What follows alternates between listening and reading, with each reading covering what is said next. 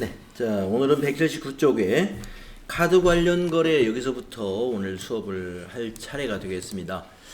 자 지난 시간에 우리가 자금 관련 거래에 대한 전표 입력 하고 있는데요. 지난 시간에는 이제 그 예금 관련 보통예금 관련해서 설명을 드렸고 이제 수행과제는 보통예금 거래 하나였습니다만은 예금 관련 개정 과목이다 그러면 당좌예금, 정기예금, 정기적금 이런 개정 과목들이 있다 하는 거 알고 갔고요. 자 거기에 이어서 이번 시간에는 카드 관련 거래, 그래서 카드 관련 거래는 178페이지 밑에 이 표가 되겠습니다. 이 표가 아주 이 카드 관련 거래의 핵심적인 그 내용이에요. 그래서 이 표에 있는 대로 우리가 회계 처리를 해주시면 됩니다. 자 그러면 이제 수행과제 1번을 보시면은 어떤 거래인지 한번 설명을 보겠습니다. 왼쪽에 이제 신용카드 매출전표가 있고요. 매출거래처의 직원과 식사하고 신한카드로 결제했다 이랬어요. 자 그러면 우리가 그 요 178페이지에 정리된 것 중에 매입에 해당이 되죠. 우리가 식사를 카드로 했다는 건 식사를 매입했다 이렇게 한번 봐야죠. 그런데 우리가 상품을 매입한 것이 아니라 접대비를 매입했구나 이렇게 한번 생각해 본단 말이에요. 접대비. 자 상품 외에 해당이 되죠. 접대비는 우리가 식사는 상품 외의 것이 됩니다. 뭐 접대비라고 생각 안 하고 식사를 샀다, 밥을 매입했다 이렇게 한번 생각을 해보죠.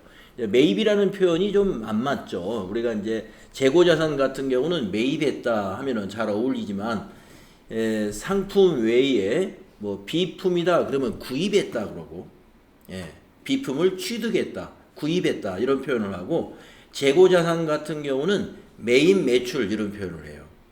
상품을 매입했다, 상품을 매출했다. 근데 비품 같은 경우는 뭐라고 그래요? 비품을 취득했다 또는 비품을 매각했다 이렇게 말하죠. 그 다음에 식사 같은 거 이런 거는 그냥 식사비를 지출했다. 자 그래서 지금 이제 식사비를 지출한 경우입니다. 그러면 차변에 식사비 관련된 개념 과목 비용 처리하면 되고 대변이 뭐다? 미지급금이다 이거죠.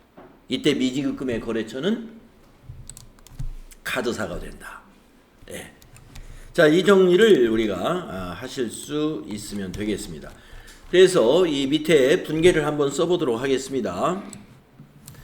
거래처 직원하고 식사를 했기 때문에 접대비라는 비용으로 회계 처리를 합니다. 그러면 접대비 차변에 와야 돼요.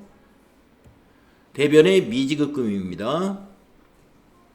미지급금의 거래처는 이 가맹점 황금오리가 아니고 미지급금의 거래처는 요 신한카드, 카드사가 거래처로 관리가 돼야 돼요. 거래처 원장 신한카드로 들어가야 됩니다. 그래서 미지급금은 전표 입력할 때 거래처 신한카드를 코드로 꼭 입력해야 되겠다는 것이죠. 요게 분계죠. 그러면 한번 거래 후 결합관계 한번 여쭤보겠습니다. 박소희님. 박소희님. 거래 후 결합관계가 어떻게 되죠? 요게 차변의 접대비는요? 거래 후 판료소에서 뭐에 해당되죠?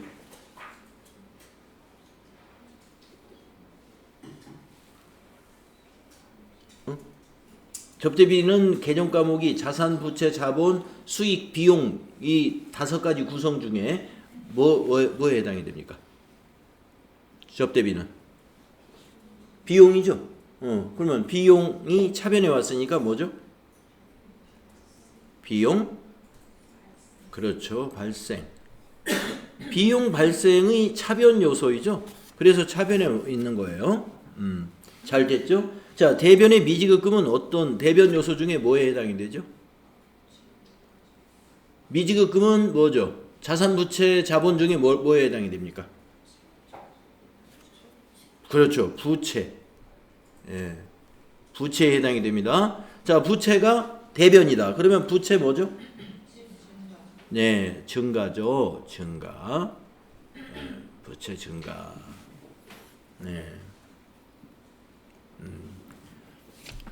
자, 이 분계를 해놓고 이 거래의 8요소가 정리가 되어야 어떻게 해요? 여러분이 실수하지 않는다 이거예요. 알고 회계 처리하는 거예요. 그래서 이 거래로 인해서 우리 회사에 비용이 발생했고 우리 회사의 부채가 증가되는 회계 처리를 하게 된다. 내가 지금 하는 이 회계 처리는 우리 회사의 비용을 증가시켜 가지고 자본을 감소시키는 거고 그 다음에 부채를 증가시키게 된다. 네. 자, 그렇게 정리가 되겠습니다. 그리고 이 부채 증가 대변 요소인지 생각해 봐야 돼요. 대변 요소 4개잖아요. 자산 감소, 부채 증가, 자본 증가, 수익 발생. 네. 4개 중에 하나잖아요. 비용 발생 차변에 있는 거죠. 네. 자, 그러면 전표를 입력하겠습니다. 전표는 여기 있는 5월 2일자로 일반 전표에 입력을 해야 됩니다.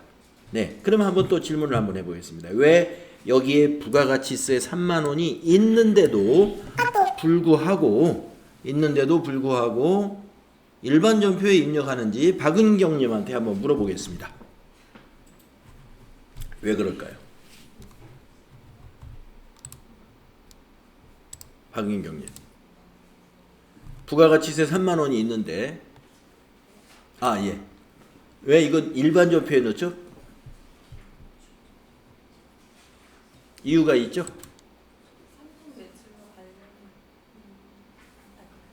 상품 매출과 모르시겠다. 예, 접대비기 때문에 그렇습니다. 접대비 관련 매입세액은 공제받지 못한다. 라는 부가세 그 법률 때문에 이것은 매입 매출 전표에 입력을 해서는 안 돼요. 매입세 공제를 받아서는 안 되기 때문에 일반 전표에 입력. 네, 그렇게 알고 계셔야 되겠습니다. 자, 그러면 전표를 입력합니다. 자, 일반 전표 가셔가지고 날짜는 5월 2일입니다. 5월 2일. 네, 요새 날짜하고 비슷하네요. 내일 모레가 5월 2일인데 5월 2일. 네, 5월 2일이 왜 이렇게 입력이 안 될까요?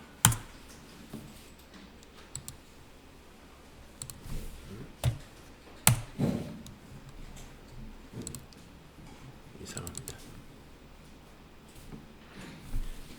잠깐만요. 물 식힌 것 때문에 또 이러는 것 같은데.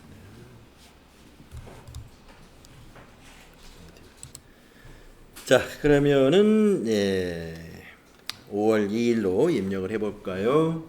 자, 5월 2일 날짜 입력하시고 9분의 3번 차변에 접대 813번 쓰셔야 되고요. 적요에는 카드로 접대했다 해서 1번 적요 쓰면 적당하겠습니다. 금액은 부가세 포함해서 330 플러스 33만 원이고요. 4번 대변에 미지급금이죠. 미지로 검색하시면 253번 찾을 수 있죠. 자, 거래처를 코드로 꼭 넣어야 됩니다. 그래서 거래처는 신한으로 검색하셔가지고 신한카드 99601로 거래처 코드를 겁니다. 그리고 엔터로 위에 있는 적요는 복사시키면 되겠습니다. 330 플러스 엔터 이렇게 마무리하시면 됩니다.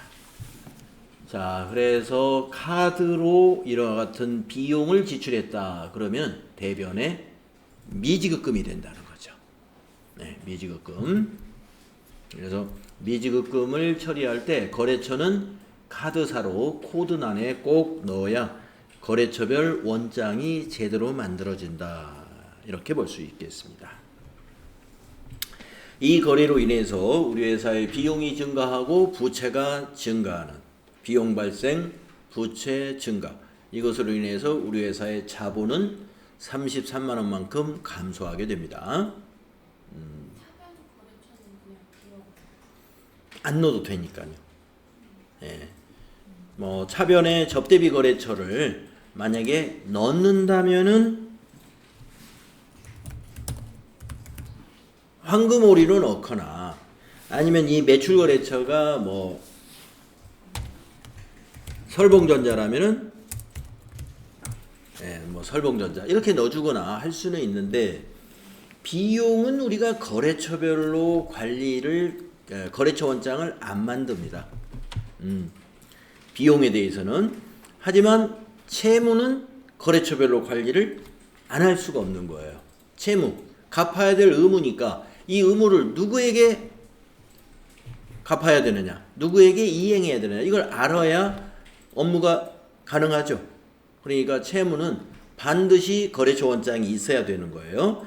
비용은 뭐 내부적으로 이제 우리 회사가 뭐 복리후생비나 접대비나 이런 식사비 지출을 했는데 식당별로 한번 알아보자. 굳이 그럴 필요가 있다면 그건 따로 내부적으로 어떤 다른 관리 차원에서 관리할 수는 있겠으나 회계장부에서 관리할 필요는 없어요. 그래서 회계장부에서는 비용은 거래처 코드를 입력하지 않습니다. 하지만 이렇게 참고로 넣어줄 수는 있다. 참고로 넣을 수는 있다. 하지만 저는 채무 또 반대로 채권 이런 경우는 상대가 꼭 있어야 돼요. 채무나 채권은 상대가 누구냐? 바로 그 거래처 원장이 꼭 필요해 하죠. 거래처별로 관리를 꼭 해야 되기 때문에 거래처를 코드로 넣어야 된다. 이렇게 말씀드릴 수 있습니다. 자, 그 다음에 이제 그 밑에 있는 2번을 보시도록 하면은요, 2번은 이제 신용카드 사용대금을 결제하는 날이 왔다. 이렇게 이제 예제를 냈어요. 네. 뭐, 개인도 그렇고 회사도 그렇고, 이 한 건 쓰고 한 건 결제하지는 않죠. 네. 하지만 이제 이건 연습 문제니까 우리가 5월 달에 요 33만원, 황금오리에서 접대하면서 사용한 요건 하나밖에 없다. 신한카드. 하면은 카드 대금이 5월 25일 날 빠져나갔다는 거예요. 보통예금 통장에서. 그래서 밑에 그림을 보시면은 신한카드 거래 내역이 보이고요. 신한은행의 보통예금 거래 내역이 보이고요. 그 다음에 밑에 설명이 나옵니다. 5월 카드 사용대금이 신한은행 보통예금 계좌에서 자동이체로 결제되었습니다. 회계 처리를 수행하시오. 여기 회계 처리가 어떻게 되는지 한번 써보겠습니다. 자, 보통예금이라는 개념 과목 하나 여기서 찾을 수 있고요. 또 하나 뭐가 개념 과목이 여기에서 필요하죠? 예, 미지급금이 필요하죠. 예, 보통예금과 미지급금이 여기에서 회계 처리하는 데 필요하겠습니다. 자, 그러면 보통예금을 먼저 한번 자리를 잡아볼까요? 자, 보통예금이 차변일까요? 대변일까요? 네, 대변이죠. 예, 보통예금 대변. 거래처는 신한. 금액은 33만원이고요. 차변이 미지급금.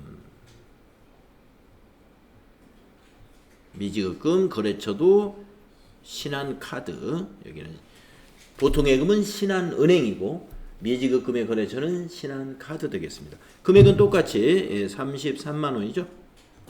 금액은 33만원. 이런 회계 처리를 하셔야 된다 이거죠. 그러면은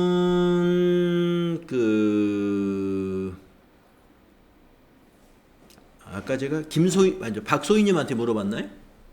네, 그랬었죠. 박소희님한테 제가 물어봤어. 박은경님한테 물어봤나요? 그럼 박소희님? 박소희님한테 제일 먼저 물어봤구나. 그러면 김숙현님. 네. 거래의 결합관계 한번 말씀해 보시죠. 그렇죠. 차변이 이제 부채 감소잖아요.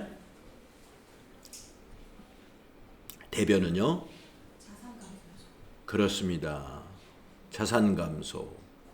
이러한 결합이 되겠습니다. 그래서 부채 감소, 차변 요소의 두 번째 거잖아요. 부채 감소. 예. 대변, 자산 감소, 대변 요소의 첫 번째 나오는 거죠.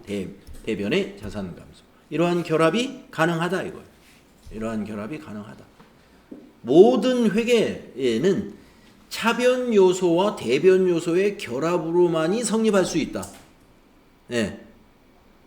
차변 요소와 대변 요소 결합만이 성립 가능합니다. 그러니까 무슨 결합이 안 돼요? 만약에 부채 감소, 부채 증가. 이런 결합은 있을 수가 없는 거예요. 죄송합니다. 틀렸어요. 있죠. 부채 감소, 부채 증가. 상대방이잖아요. 예, 그건 결합이 있는데, 자, 부채 증가, 자본 증가. 부채 증가, 자산 감소.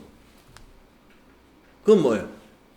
대변 요소끼리 지금 결합을 했죠, 제가. 자산 감소와 부채 증가. 이건 대변 요소예요. 그런 결합은 있을 수가 없어요. 예, 그래서 차변과 대변 결합이 꼭 차변 요소와 대변 요소의 결합만으로 회계가 가능하다. 자, 그러면 전표를 그대로 입력합시다. 날짜는 5월 25일입니다. 날짜를 5월 25일로 입력하시고 3번 차변에 미지급금 253 거래처는 신한으로 검색하시고 신한카드에서 엔터. 자, 적요는 그냥 지나가는 걸로 하겠습니다. 금액은 33만원. 대변에 103 보통예금 신한 입력해가지고 신한은행 보통 엔터. 네, 적요 그냥 지나가도 되겠습니다. 330 플러스. 네. 이렇게 만약에 차변의 신한카드 미지급금, 대변의 신한은행 보통예금, 예, 이렇게 입력을 한, 이건 하나의 전표잖아요. 그러니까 이건 누가 봐도 카드 대금을 보통예금에서 이체시켰구나, 그냥 알 수 있는 거기 때문에 뭐 이것까지 적요에다가 어떤 적요를 입력을 굳이 안 해도 이건 충분히 이해가 가능할 것 같아요. 예. 차변의 미지급금, 대변의 보통예금. 이 두 개가 다 거래처를 코드로 입력해야 되는 그런 개념 과목입니다. 미지급금은 채무요, 보통예금은 은행 관련 개념 과목이기 때문에 거래처를 은행으로 꼭 코드로 넣어야 되고요. 미지급금은 카드사의 거래처를 코드로 꼭 넣어줘야 됩니다. 네. 자, 이렇게 해서 카드 관련 거래에서 우리가 재고자산 매입한 것은 예제가 안 나왔습니다만은, 만약에 재고자산, 즉 상품을 카드로 매입했다 했을 때는 차변의 상품, 대변의 외상매입금이라는 거. 예, 외상매입금. 예. 지금은 미지급금이었어요. 왜냐? 비용 지출했으니까. 예. 상품 외의 것을 구입했을 때는 미지급금. 상품을 구입했을 때는 외상매입금. 예, 그 차이 알고 계시면 되겠습니다. 자, 다음 페이지 보시면 이제 풀이가 쭉 나와 있죠. 우리가 했던 거하고 똑같죠.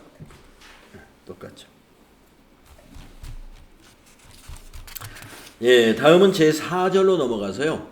어음과 관련된 거래를 연습하고요. 그 다음에 수표 관련된 거래 정리된 표로 공부를 하겠습니다. 자, 우리가 어음 관리에 대해서는 앞에서 자산에서는 받으러음을 공부했고요. 부채에서는 지급어음이라는 개념 과목을 공부했습니다.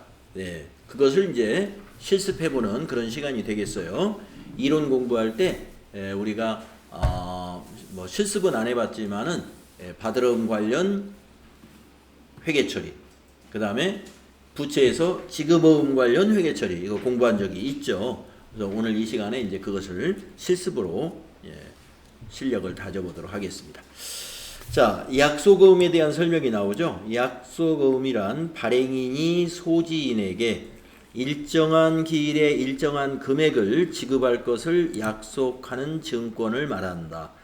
약속어음 거래에 대하여는 거래 상대방으로부터 물품 대금으로 약속어음을 받는 경우와 은행으로부터 약속어음 용지를 수령하여 물품 대금으로 약속어음을 발행하여 지급하는 경우로 구분할 수 있다.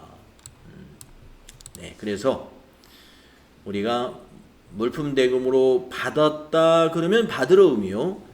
우리가 물품 대금으로 어음을 지급했다, 발행해서 지급했다 그러면 지급어음이다. 이렇게 보시면 되겠습니다. 다음에 수표 관리하기를 한번 읽어볼게요. 자기압 수표는 은행이 자기를 지급인으로 정하여 발행한 수표이며, 거래가 발생하여 자기압 수표를 수령하거나 지급하면 현금이라는 개정 과목으로 회계 처리해주면 된다. 이거예요. 현금으로 회계 처리한다. 그래서 자기합수표는 10만 원짜리 현금이라고 생각하시면 돼요. 개정 과목에서 항상 현금이에요. 자기합수표는 10만 원짜리다. 그러면 10만 원짜리 현금, 50만 원짜리 자기합수표다. 그러면 50만 원짜리 현금이라고 보셔야 된다. 왜냐하면은 은행이 발행한 거예요. 은행이 국민은행이 발행했다든가 농협은행이 발행했다든가 발행인이 보면은 은행으로 돼 있어요.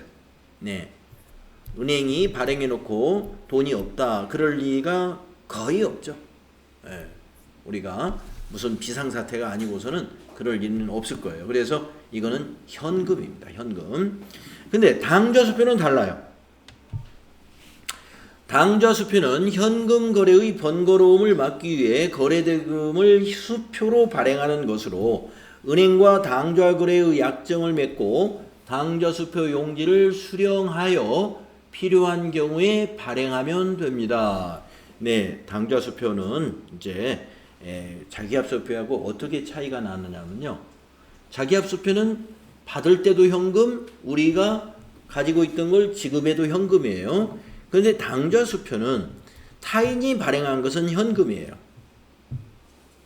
네, 당좌수표는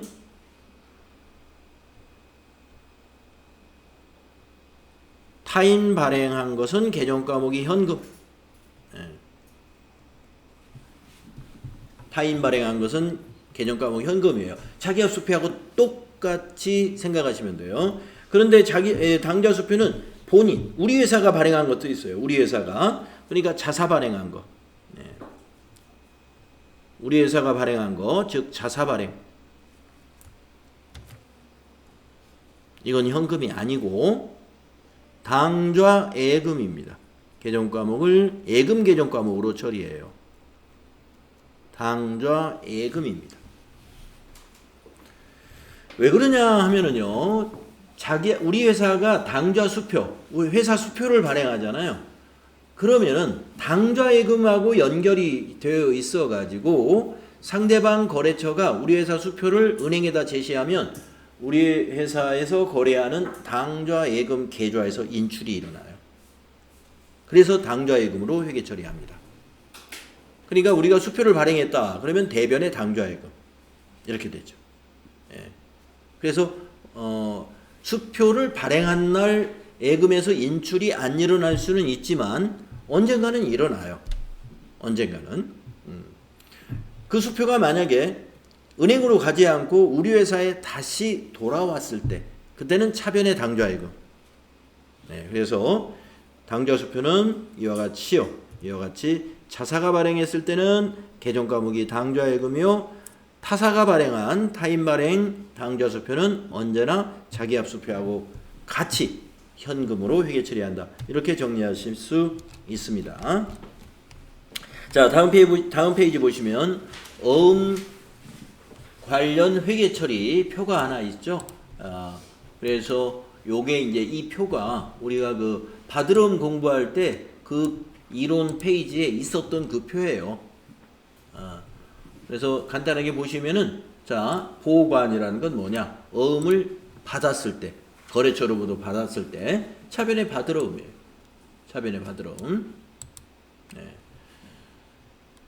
그러니까 상품을 팔고 받았을 때 바드러움, 외상대금으로 받았을 때도 바드러움.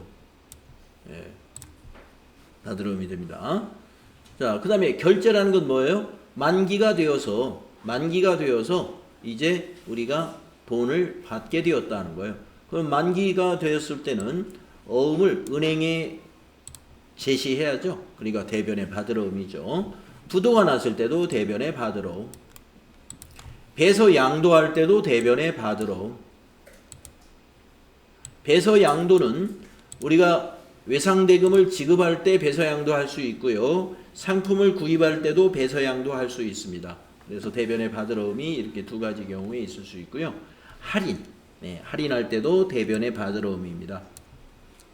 그래서 바드러움 거래는요. 이와 같이 바드러움이 차변에 오는 경우, 즉 어음을 받았을 때와 나머지는 전부 바드러움이 대변에 가는 경우로 나눌 수가 있습니다. 이때도 여러분이 꼭 알아야 될 것은 뭐냐? 전부 다 거래가 말이죠. 전부 뭐하고 관련이 있냐면 상품하고 관련이 있어요. 상품. 그리고 외상 매출금 이런 거하고 관련이 있어요. 외상 매출금. 여기서 외상대금은 외상 매입금이 되겠죠. 자, 그러니까 받으러움이라는 회계 처리를 우리가 개정 과목은 재고자산 관련된 거래에서만 사용하는 개정 과목이다. 이거 알고 있어야 됩니다. 재고자산 관련된 개정 과목에 회계 처리에서만 사용해요. 자, 아닌 경우가 그럼 뭐가 있느냐? 만약에 우리 회사가 사용하지 않는 건물이 있어가지고 건물을 10억 원짜리 건물을 매각했어요. 그리고 거래처로부터 돈으로 받지 않고 6개월짜리 어음, 6개월 후에 지급하겠다는 어음 10억짜리를 받았습니다. 그러면 차변의 받으러움 이렇게 회계 처리하지 않는다는 거죠. 자, 왜 그러죠? 받으러움은 우리가 매출 채권이라는 개정 과목으로 분류되는 개정 과목이거든요. 매출 채권이라는 건 뭐냐면은 재고자산의 매출로서 발생했다 해서 매출 채권이에요. 자, 그런데 우리가 건물을 사용하지 않는 건물을 매각했다는 것은 재고자산을 매각한 것이 아니죠. 즉 재고자산을 매출한 게 아니고 불용 유형자산을 처분한 거예요. 그래서 유형자산 처분으로 인해서 받은 받으러움은 그냥 미지급금이에요. 아니요, 미수금이에요. 미수금. 받으러움으로 보지 않습니다. 시험에서는 잘 안 나오겠으나, 그러니까 뭐 건물을 처분하고 받으러움을 받게 되었다 이런 문제가 실제로 시험에서는 잘 안 나와요. 근데 가끔 나올 수가 있는데 틀릴 확률이 매우 높아요. 왜냐하면 보통 받으러움으로 회계 처리를 하거든요. 틀린 거예요. 그래서 지금 보시다시피 받으러움 회계 처리는 전부 뭐예요? 상품을 팔았다든가 상품의 외상대금으로 받았다든가 외상 매출금 대금으로 또 상품의 외상 매입금 대금으로 외상 매입금을 지급하기 위해서 어음을 배서양도했다든가 이럴 때만 받으러움이다 이거예요. 받으러움. 재고자산 관련 거래에서만 쓰는 개정 과목이다. 지급어음도 마찬가지입니다. 지급어음의 회계 처리에서는 어음을 발행했을 때 대변의 지급어음이에요. 이건 우리 회사가 발행한 어음을 말하는 거예요. 근데 보세요. 상품 매입하고 발행했을 때 지급어음이죠. 그 다음에 여기 외상대금을 어음으로 지급했다. 이거 외상 매입금을 지급했다는 거예요. 이 외상 매입금이 결국에 상품을 매입하고 외상으로 한 것이 외상 매입금이죠. 우리가 건물을 매입하고 외상으로 했다 해서 그걸 외상 매입금으로 회계 처리 않거든요. 그래서 이것도 전부 재고자산 관련된 거예요. 그 다음에 결제, 이 어음이 만기가 되면 우리가 발행한 어음이 만기가 되면 지급어음이 차변에 옵니다. 부채가 감소돼 있죠. 지급어음이 차변에 온다. 이러한 흐름이 있고, 자 수표 관련 회계 처리. 요건 아까 앞장에서 제가 설명을 드린 건데 수표 관련 회계 처리는 자기합 수표는 항상 현금이에요. 자 자기합 수표를 수령했다. 차변의 현금. 자기합 수표를 지급했다. 대변의 현금 되겠습니다. 자 당좌 수표를 보겠습니다. 당좌 수표를 보시게 되면 타인이 발행한 당좌 수표를 수령했다. 차변의 현금입니다. 자, 근데 밑에는 당사. 당사는 우리 회사를 말하죠. 당사가 발행한 당좌 수표를 지급했다. 대변의 현금이 아니고 당좌예금. 자산 감소. 당좌예금이라는 자산을 감소시킨다.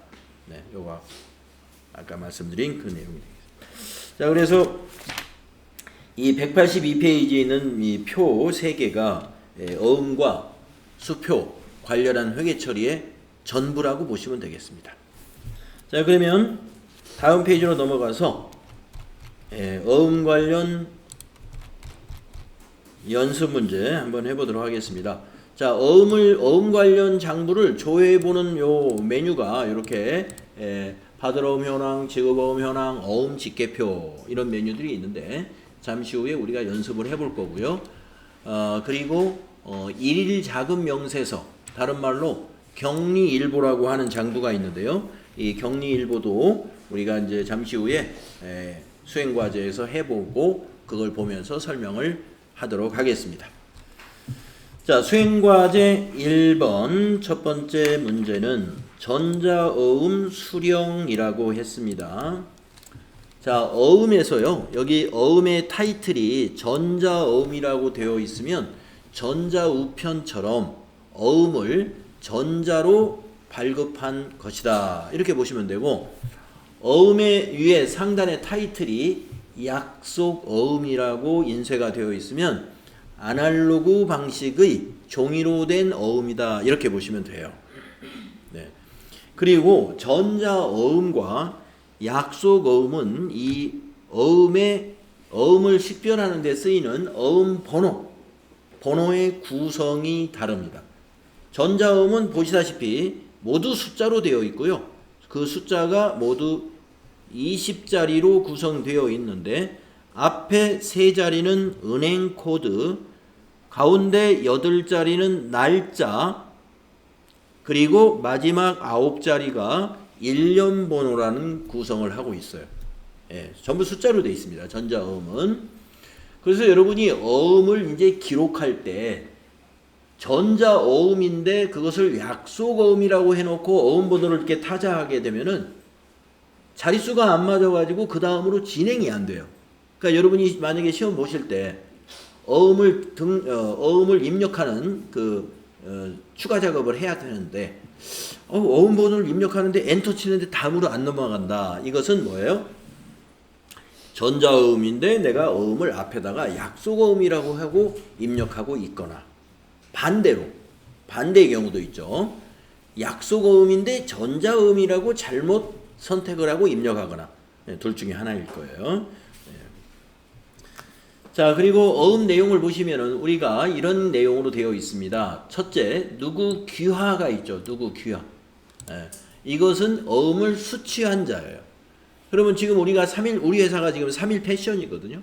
네, 우리 회사가 어음을 수취했다, 받았다는 겁니다. 그러니까 우리 회사는 이것을 받으러음으로 회계 처리할 것이고, 또 상대방이 누구냐면 여기 밑에 발행인이라는 곳이 있어요. 맨 위에 귀하, 맨 밑에는 발행인이라는 곳이 있는데 이 발행인이 바로 이 어음을 발행한 사람 또는 발행한 기업이 되겠죠. 그래서 이 데일룩이라는 회사는 어음을 발행했잖아요. 그러니까 이 회사는 지급어음으로 회계 처리하겠죠. 이 회사는 지급어음, 3일 패션 귀하, 우리 회사는 받으러음이 되는 것입니다. 그리고 그 외에 발행을 언제 했다, 발행 날짜, 회계 처리는 이 날짜로 하죠. 6월 10일 발행한 날짜. 이 날짜에 데일룩은 의무가 발생하고 우리 3일 패션은 권리가 발생하는 날이기 때문에 의무와 권리가 발생한 발행일로 우리는 어음을 회계 처리하는 겁니다. 그리고 날짜가 왼쪽에 하나 더 있는데요. 지급기일이라고 되어 있죠. 이게 바로 약속한 날이에요. 이걸 우리가 만기일이라고 합니다. 만기일.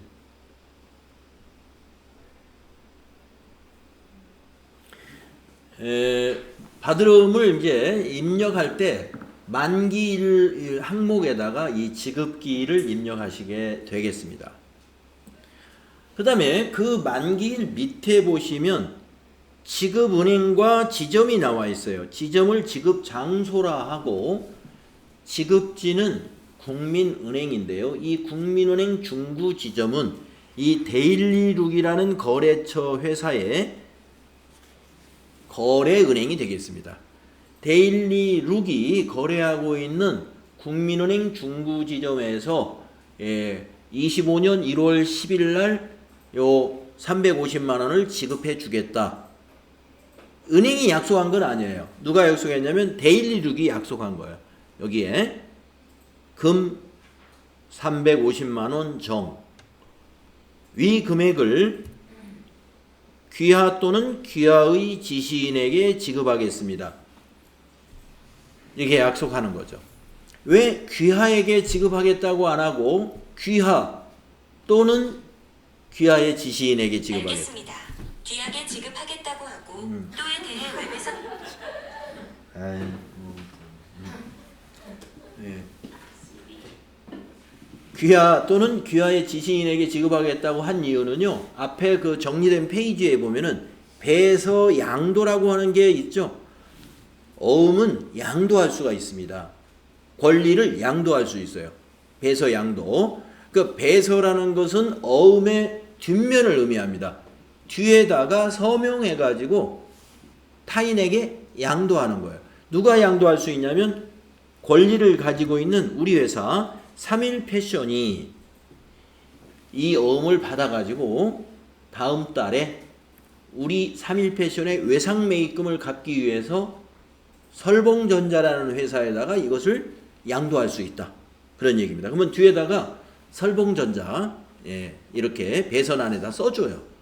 그리고 거기다 서명을 하면 데일리룩은 이 지급 의무가 우리 회사한테 있는 것이 아니라 이제는 설봉전자한테 지급해야 될 의무가 있다. 그래서 데일리룩이 이렇게 처음부터 약속을 하는 겁니다. 귀하가 지시인 사람에게 내가 지급하겠습니다. 이런 구조를 갖고 있습니다. 자, 어음, 전자어음, 약속어음 모두 내용은 똑같아요. 위에 있는 타이틀과 거기 있는 어음 번호의 구조만 다를 뿐이죠. 구성하고 있는 내용 똑같습니다. 자, 그러면 한번 이게 어떤 거래인지 밑에 설명을 보면은 매출거래처 데일리룩의 외상 매출금을 동점이 발행한 전자어음으로 6월 10일 날 수령했습니다. 네. 자, 외상 매출금을 6월 10일 날 어음으로 받게 됐다 이겁니다. 외상 매출금이 돈으로 들어와야 좋을 텐데, 네, 뭐 어음으로라도 그 회사가 아무래도 신용이 없으면은요, 외상 매출금을 어음으로 받으려고 하는 이유는 뭘까요?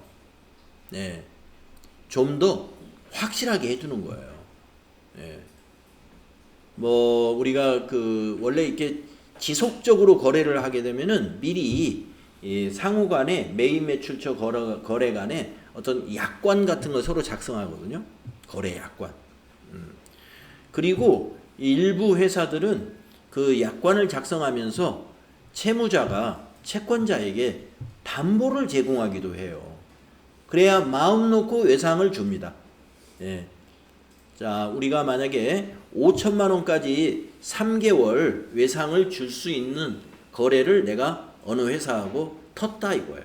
예. 만약에 3일패션이다 그러면 만약에 제일모직하고 그러한 거래를 텄다. 그러면 제일모직이 우리 같이 작은 회사에게 어떻게 3개월씩이나 외상을 줄 수 있겠어요? 우리를 신뢰하니까 줄 수 있는 거죠. 그러면 신뢰할 수 있으려면 뭐를 그 사람들이 원할까요? 뭔가 거래 약관을 작성합니다. 이렇게 작성하고 대신에 5천만 원보다 조금 더 되는 1억 정도 되는 담보 뭐 하나 없겠습니까? 그러면 우리 아파트를 담보로 하겠습니다 한다든가, 만약에 우리 회사 건물이 있다 그러면 건물을 담보로 해서 딱 넣어놓는 거예요. 그럼 마음 놓고 줍니다. 5천만 원까지는 그냥 외상으로 줘요. 근데 만약에 5천만 원을 넘어서 달라고 한단 말이에요. 그러면 이 담보가 이제 저기가 없어. 그럴 때는 이제 이렇게 어음을 요구할 때도 있습니다. 자, 아무튼 그냥 외상보다는 어음은 이게 민사적인 책임이 있어요. 일단 약속을 하기 때문에. 자, 그래서 이제 우리가 상거래에서 어음 거래가 현재도 존재를 하고 있습니다. 근데 과거에 우리나라의 그 IMF라고 하는 금융위기를 거치고 난 이후부터는 이 거래가 많이 줄은 걸로 알고 있어요.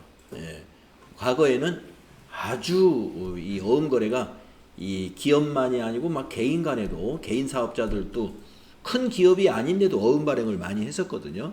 근데 지금은 좀 그런 것이 줄어들었죠. 자, 어떤 의미인지 아시겠죠?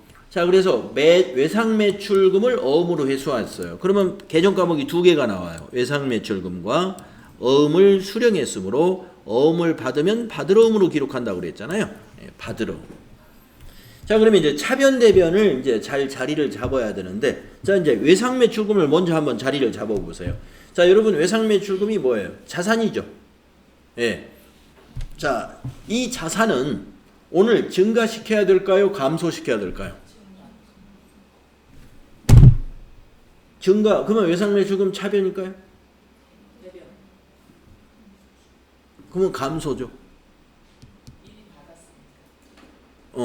그러니까 증가가 아니라 감소. 예. 자, 외상 매출금은 감소시켜야 됩니다. 받은 걸로 회계 처리해야 되니까. 맞죠?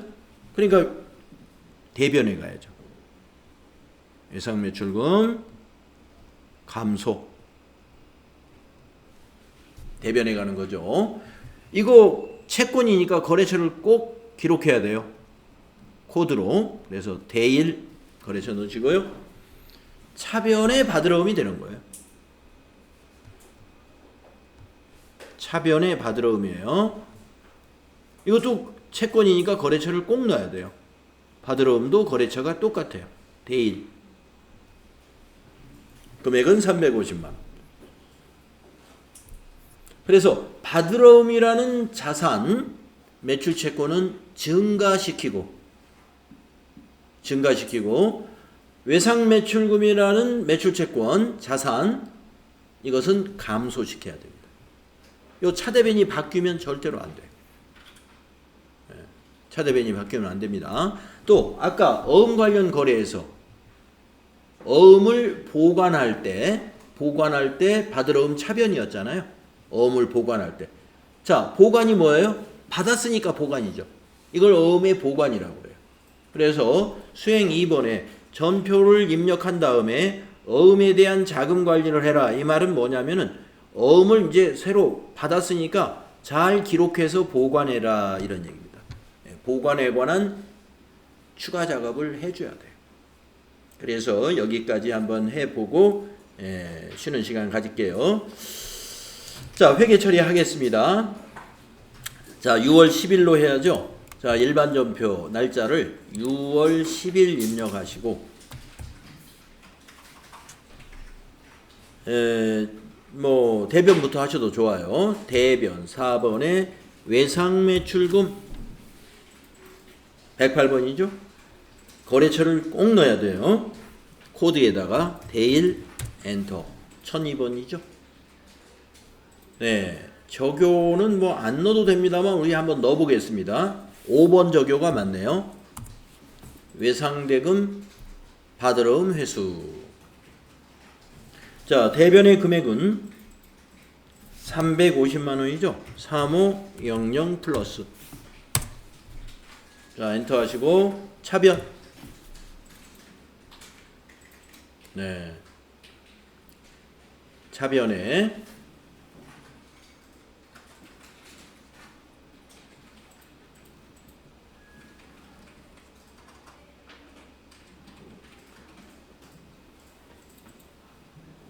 받으러움이죠. 네, 110번 받으러움입니다. 자, 받으러움의 거래처도 똑같아요. 1002번 대일이로. 자, 적요는 그냥 엔터로 지나가십시오. 위에 거 복사되지만 잠시 후에 저 적요는 다른 내용으로 바뀔 겁니다. 그래서 어음 관련 계정 과목에서 적요는 그냥 엔터로 무조건 지나가시면 돼요. 어차피 다른 내용으로 수정이 됩니다. 그래서 적요는 신경 안 쓰셔도 되고요. 자, 차변에다가 350만 원 입력합니다.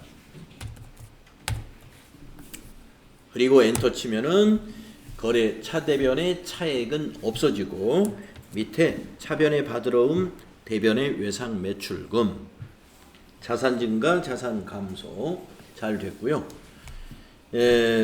아까 자금 관리를 수행해라 하는 거 보관을 해라 이런 뜻이에요. 자, 그러면 이 받으러움을 보관해야 되니까 받으러움 줄을 클릭하신 다음에 바드럼 줄을 클릭하신 다음에 저기 기능 모음이라는 메뉴를 클릭해 보세요.